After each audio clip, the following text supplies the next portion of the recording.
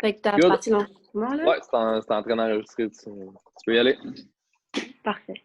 Bon, en soi, je vais commencer. Le bien-être, en soi, est quelque chose que chaque être humain, en fait, cherche à atteindre, sachant déjà que 10 à 20% des Canadiens sont atteints d'un trouble ou d'une maladie mentale. On se rend vraiment compte que c'est un problème sociétal, en fait, qu'il faut régler. Ben, il y a déjà des entreprises qui s'occupent de régler ça. Il y a plusieurs organismes communautaires qui font déjà leur part des choses.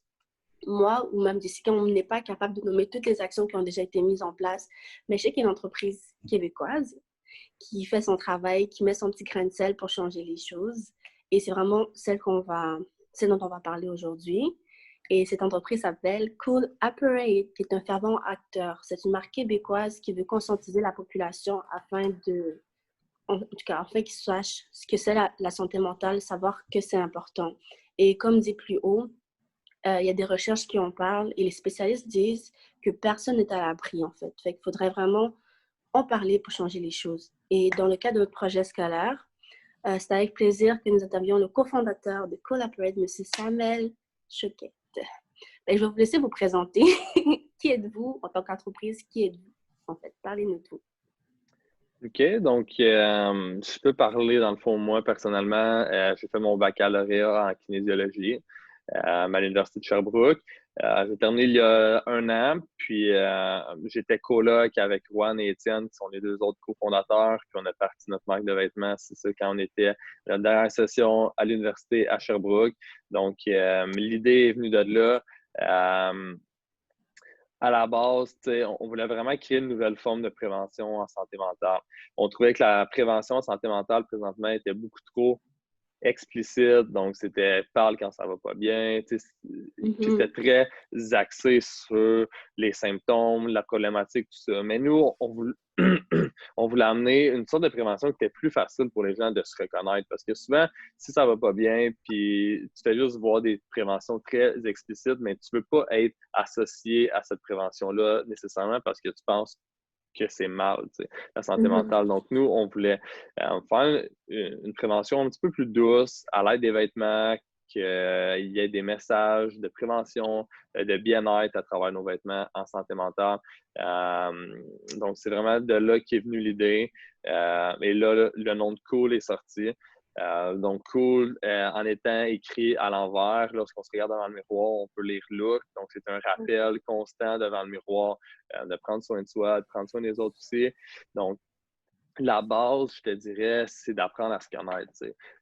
Donc, de se regarder dans le miroir, de vraiment se demander est-ce qu'on se connaît vraiment, de prendre du temps pour soi pour apprendre à mieux se connaître. Puis ça va faire en sorte qu'on va avoir une meilleure santé mentale. Je te dirais, c'est vraiment comme ça que l'entreprise s'est formée, c'était de créer un moyen de prévention à travers les vêtements, parce que tout le monde porte des vêtements, mais si en plus ça peut créer une prévention puis aider des gens, ben pourquoi pas. Ben, vous avez, en tout cas, c'est très bien expliqué. Puis, juste une petite clarification par rapport à la date de fondation. C'est vraiment lors de votre dernière année d'études, c'est ça? Ouais, c'est le 26. Ben, la première date de mise en marché où est-ce qu'on a lancé tout ça pour vendre, c'était le 26 septembre 2019. Fait que ça l'a fait un an, là, il y a un mois environ. Félicitations. Et c'est à travers votre Merci. site, c'est ça?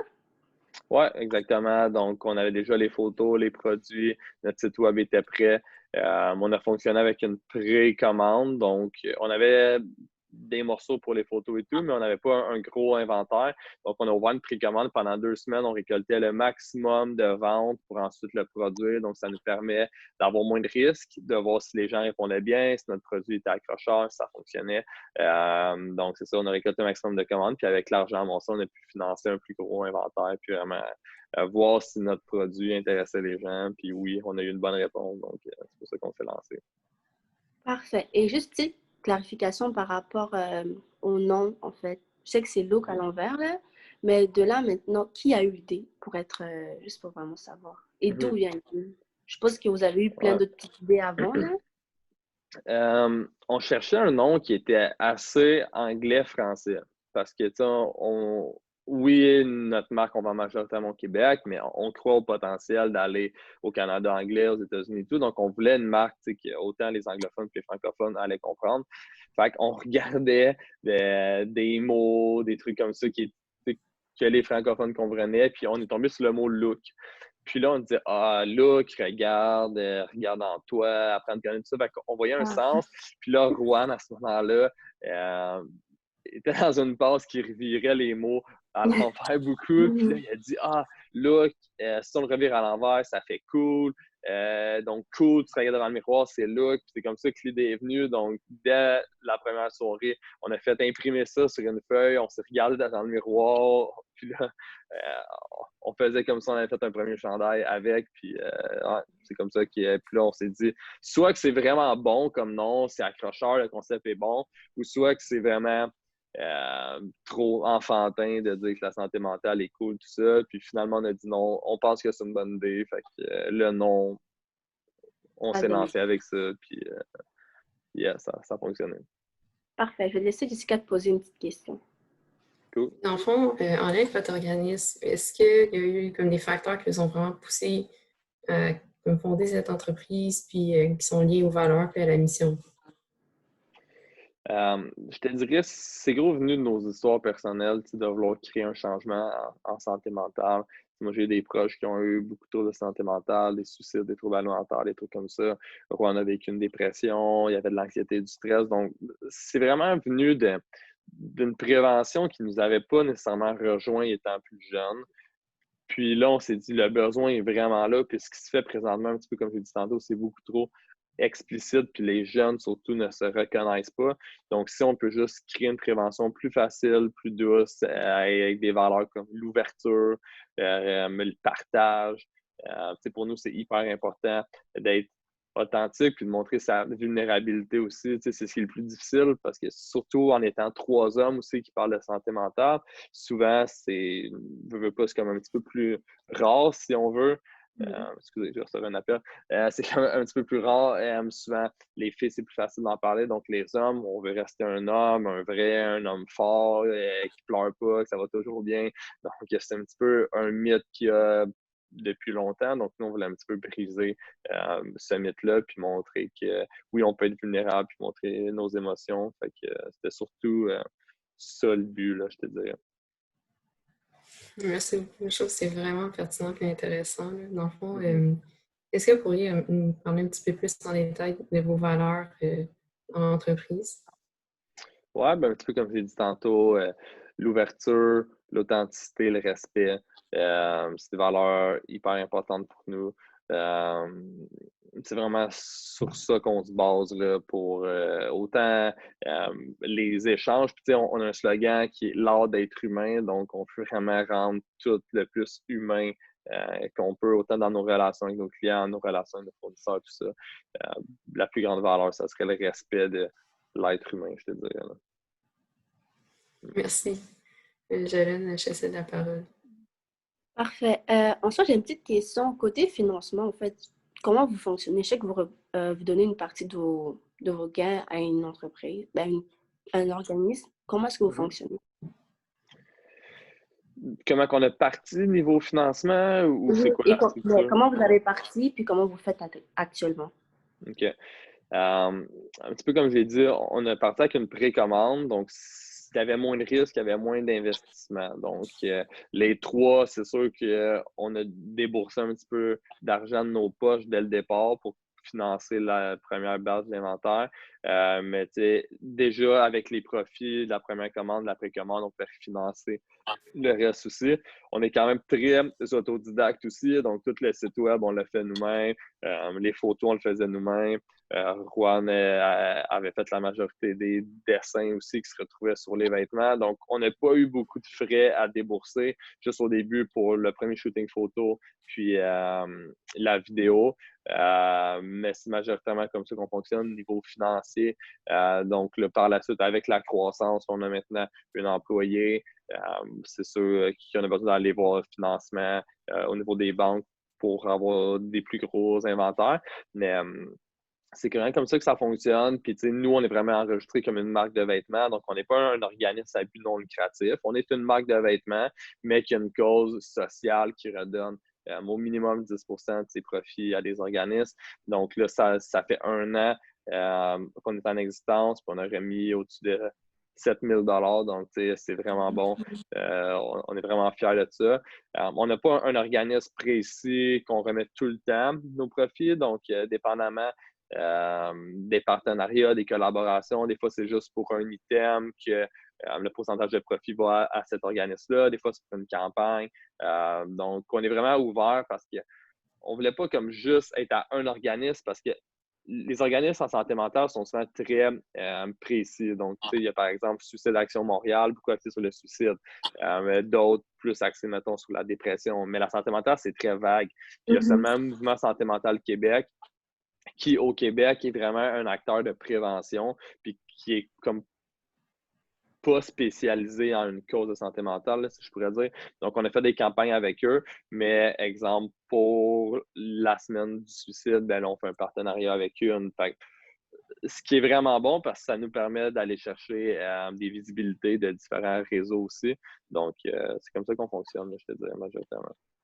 Parfait. Je vois que ça va quand même bien qu'on a dit, comme vous m'avez dit, vous avez déjà donné au-dessus de 7 000 $. Mais quels sont vos défis, en fait? Quelles sont les difficultés auxquelles vous faites face? Les défis, je te dirais, c'est vraiment de se faire connaître encore plus, d'aller chercher une visibilité encore plus grande.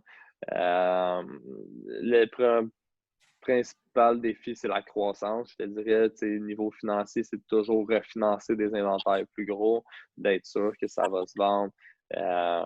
Puis c'est un défi en soi, mais c'est pas un énorme défi, mais c'est que les gens ils comprennent vraiment qu'on fait ça pour les bonnes raisons aussi. T'sais. Oui, on est une marque de vêtements, mais le but premier est de prévenir. T'sais.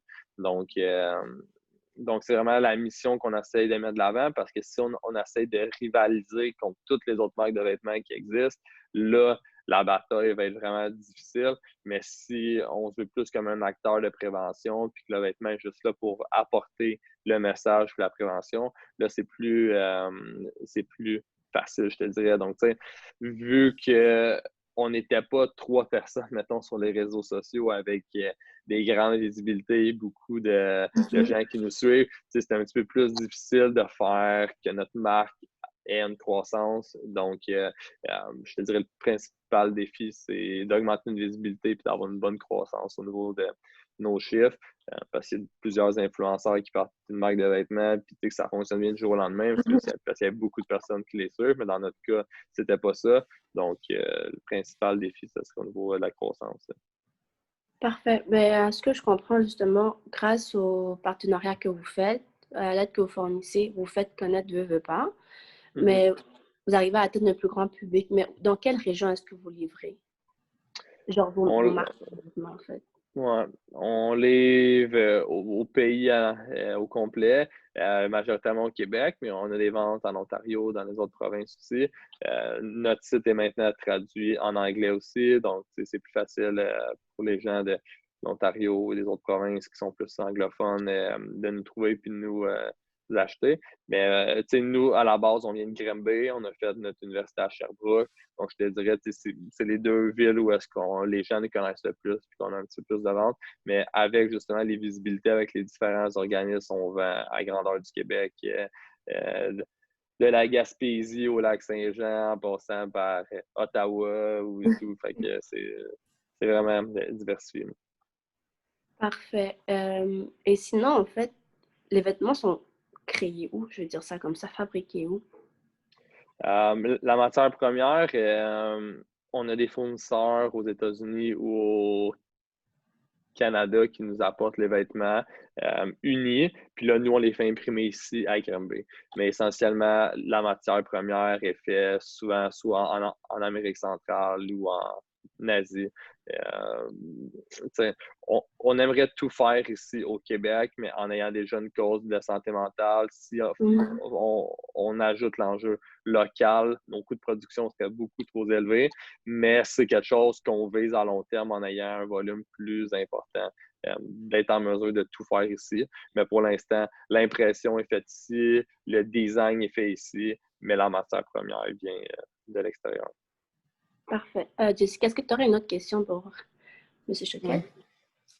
Oui. Dans le fond, lié à la pandémie mondiale actuelle, est-ce que vous voyez vraiment que vous avez un impact majeur dans la société ou qu'il y a des fluctuations dans les ventes?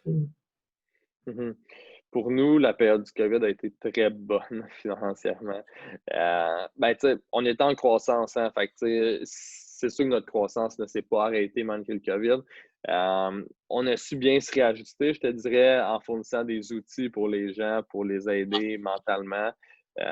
À travers nos différents modèles, nos différents dessins qui étaient faits, on les a regroupés dans un e-book que les gens pouvaient télécharger puis faire d'autres dessins, mettre de la couleur à ça. Fait au début du COVID, les gens étaient tous chez eux, cherchaient des choses à faire. Donc, nous, on leur a fourni un livre à dessiner en ligne, imprimable, gratuit. Donc, ça l'a vraiment aidé les gens. Les gens avaient du plaisir. Ils nous envoyaient leurs dessins finis. On postait ça sur les réseaux sociaux. Tu sais, puis, on a comme créé un vent plus le fun à travers les médias sociaux. Au lieu de juste parler du COVID, là, enfin, il y avait une bonne nouvelle qui sortait. Fait que ça, c'était intéressant. On a créé des masques aussi parce que c'est devenu essentiel. Donc, on a diversifié un petit peu nos revenus. Je te dirais que vu les gens étaient plus sur les réseaux sociaux, ça a été un très bon moment pour nous de parler plus de notre mission, de ce qu'on faisait, nos implications. Donc, on a vraiment eu une bonne visibilité. Donc, ça n'a pas été un énorme défi. C'est sûr qu'il y a des événements en présentiel avec des écoles, avec des facultés, dans des festivals, des trucs comme ça qu'on n'a pas pu faire. Mais la présence en ligne est venue aider quand même. Fait que oui, je dirais qu'on voit vraiment qu'on a un impact au niveau des gens.